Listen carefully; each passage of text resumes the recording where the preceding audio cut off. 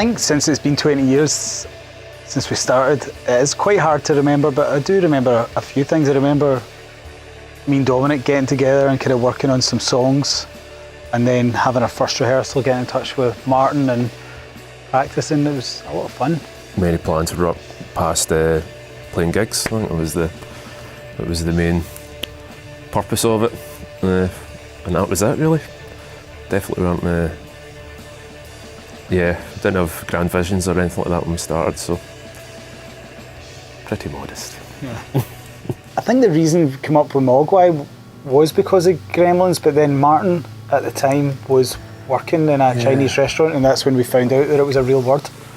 Yeah, a guy that was one of the cooks wrote it down for me. When Stuart first asked me to be in a band called Mogwai, it was definitely a Gremlins link, it wasn't a Cantonese link. We didn't get to go and play in China for a long time. I think we thought it was some kind of superstitious thing. But I think the truth is that it's not the easiest place to get to and to get bands over to, but we've been since.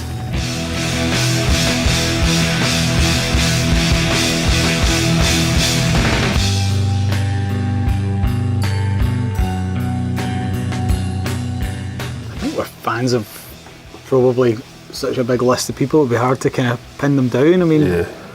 Where would you start? I mean, me and Dominic are big comic fans, so we were kind of into like Alan Moore and Neil Gaiman comics and stuff when we started the band, and Stanley Kubrick films and The Exorcist. Yes, that was a big one for us. I think when we started was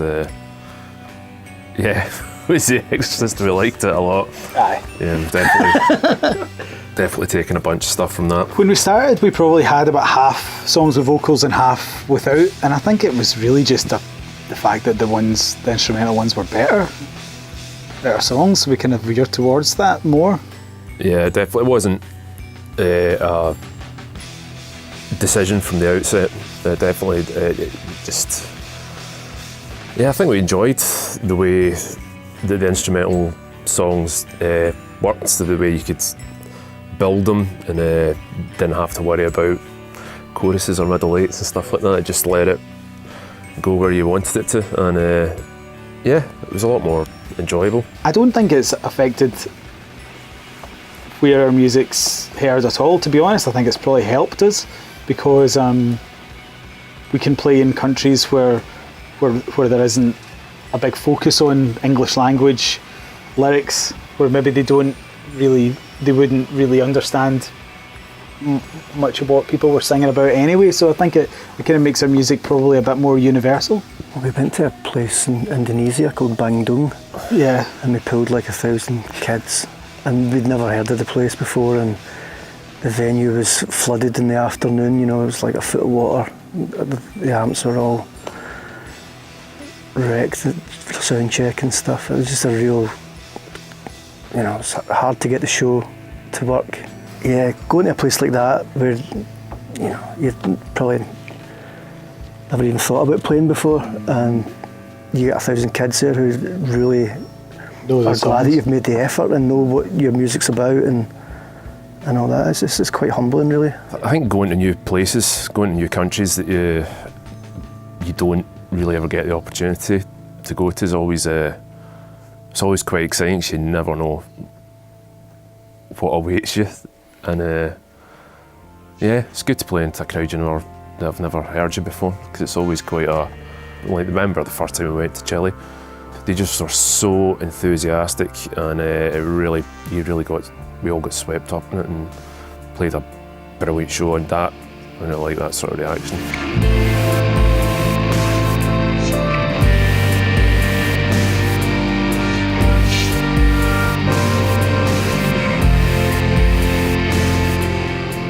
There's a few things have changed their music. I think a lot of it's personnel. I think when Barry joined the band in 1998, playing piano and synthesizer, that made a big difference. And a lot of these other things was a lot to do with technology, like actually having laptops and means to get these sounds that otherwise we didn't have. Definitely equipment affects it. I mean, with our last album, Barry had purchased a load of modular synth stuff, And yeah, really good sounding new toys, so we just put on absolutely everything. We rely quite heavily on delay pedals. Yeah, we've got a lot. That's a constant. A fair arsenal of delay pedals. I don't think there's a piece of studio equipment really, is there? It's probably more actual equipment, like distortions or delays, or a lot of Barry synthesizers, which I don't know the names of. I just know they're very fancy, expensive things with wires sticking out them. But because we're not particularly technical, Tony could probably come and point to some compressor that's all over absolutely everything we've recorded, but I'm absolutely clueless as to what that would be.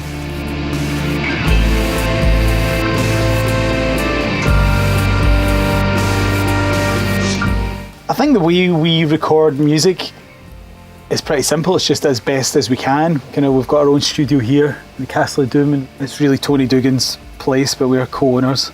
So he's kind of amassed a pile of gadgetry and wizardry and fancy mics, and I mean, it's great getting into something and there is satisfaction when something's done, but it's definitely not immediate. It's far from it. Yeah, there's a lot of repetition. Like sometimes you have to spend an entire day recording one bit over and over and over again, and that can definitely drain the will to live. Yeah.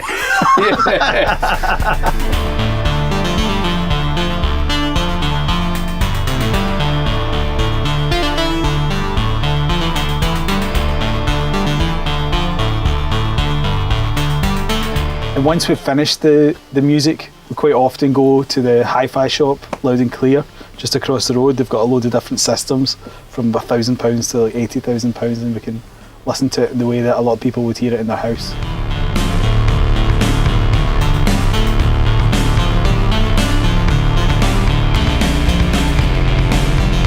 We used to write all the songs before we went into record and have them completely finished, whereas nowadays we get the ideas together but then finish, and sometimes we're still writing when we get in the studio. So we get into the studio, record the tune, use all these toys to get it in a good shape, and then we have to try and work out how we're going to do it live. It's kind of like relearning the songs quite often. And the songs can actually change quite a bit in that time. With our last album with Rave Tapes, and the songs changed a lot when we played them live. Like, it became quite different, and it's always slightly disappointing when you go and see a band and it sounds exactly like the CD. Nothing's changed. I think there should definitely be a variation. I think what makes writing music for soundtracks different from making music for our own records is that you're adding to someone else's vision. You're kind of augmenting something rather than having something that's expected to stand on its own. So I think the challenge to that is to kind of be able to kind of take a step back, and I think we've done that with a lot of our soundtrack things. Is even though we've been kind of encouraged to make the music really bombastic, I think we've tended to make it more subdued, which I think kind of works a bit better. Yeah, I mean, when we're recording an album, we tend to just put a really, really ridiculous amount of tracks on everything, and with you have to keep it really sparse with soundtrack work. It just doesn't work when you start layering loads of things on it, so you end up actually taking stuff away and keeping it as simple as you can. I think the thing with Zidane was that the concept that Douglas and Philippe, who made the film, had was that it was just a guy at his work, that it was a portrait of a guy just doing his job. And I mean, me and Martin are big football fans and appreciate that he was brilliant at what he did.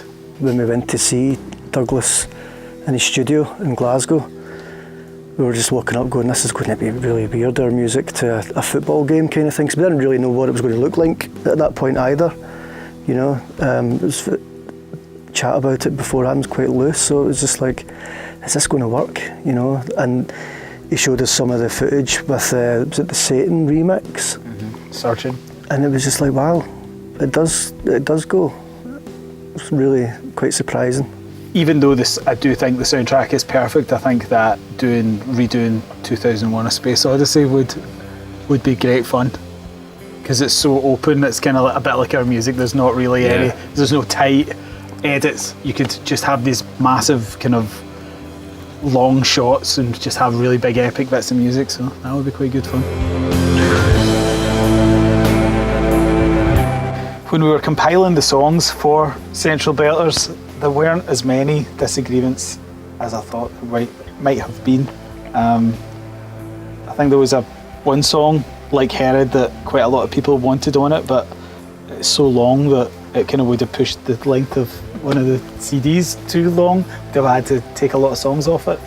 But, the songs that ended up being on it are all mostly songs that we still play live. They've been through the set list for a long time, so it wasn't.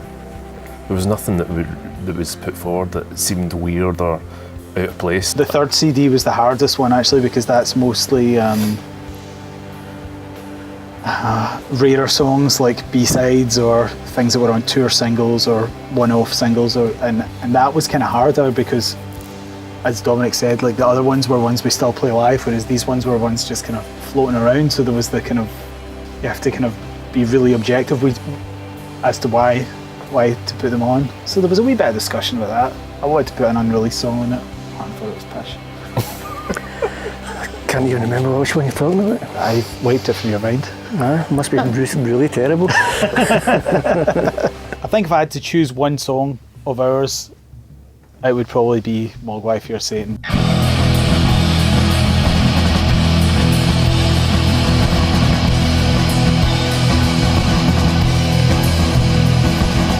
It was one of the first songs we wrote for our debut record, and yeah, it's definitely endured. We still play it, and I think it kind of has a lot of what the band's done over the years, the kind of dynamics and the fact that we can play for almost 20 minutes playing two chords. That would have been actually the track I think I would have chosen as well. But yeah, it's the...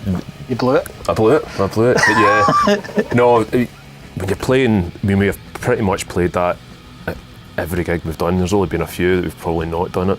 But if you're touring for a long time, you get quite sick of playing some songs, and that's always it's pretty good fun to play. It's still it's loose enough as well that it's good to have songs sometimes that are so simple you can just kind of drift away. You don't need to concentrate too hard, and that's the best example of that. It's great, and it gets really loud.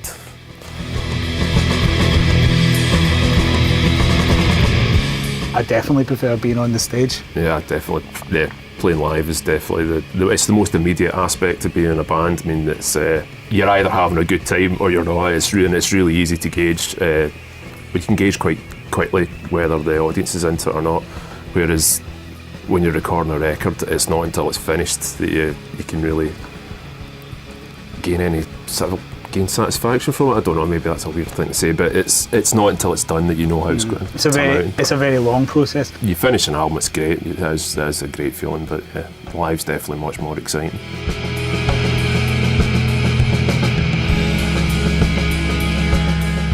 I think if I had to look back and pick one moment, I think it would probably be a gig, and just off the top of my head, I remember probably the first big gig we ever did. We supported Pavement in 1997 in London at the Astoria, and I remember that kind of something kind of clicked that night, that the music made sense in this bigger room, because up to that point we'd only ever played in bars. So I remember that, and it was a really good night. Yeah, it was by far the biggest crowd we played to at that point as well. I think beforehand we maybe played to 200 people at the most, and yeah, it was like a 2,000 capacity venue, and walked out and just saw all these people, and it was instant just terror, absolute pure nerves, and we were young enough where when that happened it just actually spurred us on, and we... I think all the songs were really fast that yeah, night. we played the songs really fast. The set was over probably about 10 minutes to spare, but it was great, absolutely great, and Stuart said it was the first time he'd probably been through a big PA, and it was screaming, so it was really, really, really exciting. And then we were also huge fans of Pavement, so to actually get to play with people you looked up to was great. It was a memorable night, and they were very, very nice to us, and we would have been really hyperactive, probably quite annoying teenagers still at that point, so it was a good night.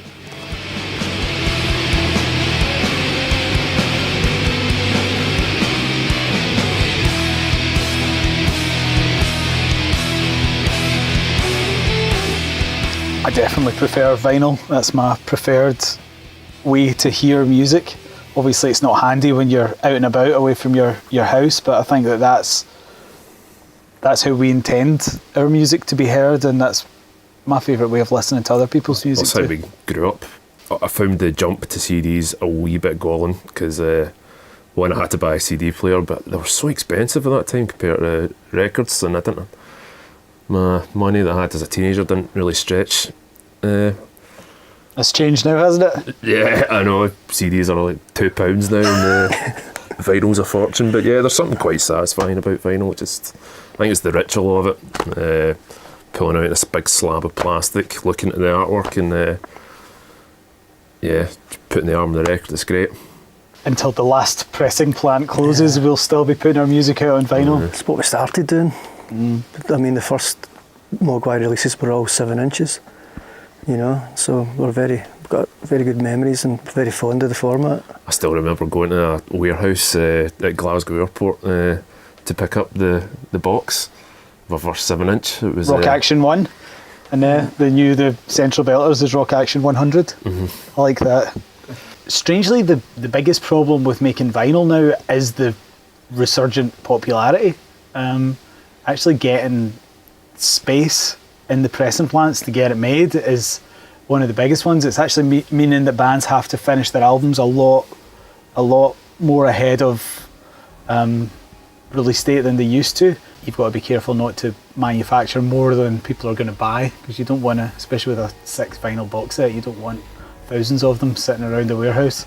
I think it's definitely worth it. It's definitely worth it, and I think that music fans are definitely coming towards vinyl as the definitive way to hear music.